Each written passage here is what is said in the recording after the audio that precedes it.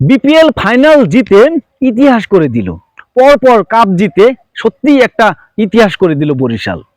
বরিশাল টিমটা বিপিএল ফাইনালে 70% ফেভারিট ছিল মানুষের কাছে, বা মাঠের ক্রিকেটেও, মাঠের খেলায়ও তারা কিন্তু ফেভারিট ছিল। শেষ পর্যন্ত কাপটা জিতেই নিল। তো সবার প্রশ্ন থাকতে পারে যে তাহলে কি চিটাগাং টিমটা কি দুর্বল? কাগজে কলমে দুর্বল, অবশ্যই দুর্বল, কিন্তু ফাইনালে তারা দুর্বলতা দেখায়নি। ফাইনালে কিন্তু দুর্দান্ত খেলা উপহার দিয়েছে। সত্যি ফাইনালটা এমনই হওয়ার কথা ছিল, বা এমনই হওয়ার কথা থাকে। ফাইনাল মানেই ফাইনাল। সেই খেলাটা আমরা দেখতে পেরেছি বিপিএল ফাইনালে। বরিশাল বা চট্টগ্রামের এই টিমটাই আমরা দেখেছি যে খুব সুন্দর একটা ফাইনাল উপহার দিয়েছে।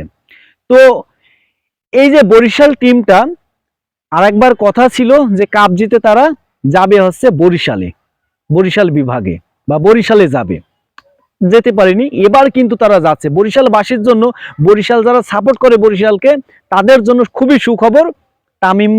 তামিম, মুশফিক, রিয়াদরা, শান্তরা সবাই যাচ্ছে বরিশালে। তো বরিশাল 2টা কাপ নিয়ে যেতে পারে। আর লঞ্চেও তারা যত সম্ভব লঞ্চে যেতে পারে, কারণ লঞ্চ যে সুন্দর করে সাজায়নি দেখলাম। তো লঞ্চে গেলেও একটা ইতিহাস হতে পারে। এই যেভাবে লঞ্চ সাজিয়েছে, যদি যায়, যেভাবে সাজাইছে যদি যায়, তো এটা ইতিহাস হতেই পারে। আসলে বিপিএলটা এইভাবেই ধীরে ধীরে ধীরে ধীরে উন্নত করতে হবে, এইভাবেই করতে হবে, এটা ব্র্যান্ড করতে হবে। যেমন কলকাতা, মানে আলাদা একটা নাম। আপনার আছে হায়দ্রাবাদ, মানে একদমই অন্যরকম।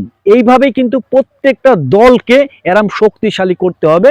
একদম আইপিএল এর মতনই করতে পারলে এটা ব্র্যান্ড হয়ে যাবে। বরিশাল যেমন সবাই সারা বাংলাদেশের সব জায়গায় থেকে সাপোর্ট করে, এইভাবেই আসলে বিপিএলটা খুব উন্নত হার্ডিভাবে তৈরি করতে হবে। তো বরিশালের জন্য খুবই সুখবর, বরিশালবাসীর জন্য। তামিম ইকবাল, মুশফিক, রিয়াদ, শান্তরা সবাই যাচ্ছে বরিশালে। সুযোগ হলে হয়তো বা আমিও যেতাম। তো অবশ্যই বরিশাল টিমের জন্য শুভকামনা থাকবে। সামনে বিপিএলেও যেন খুব শক্তিশালী দল করতে পারে, আবার যেন তারা কাপ জিততে পারে।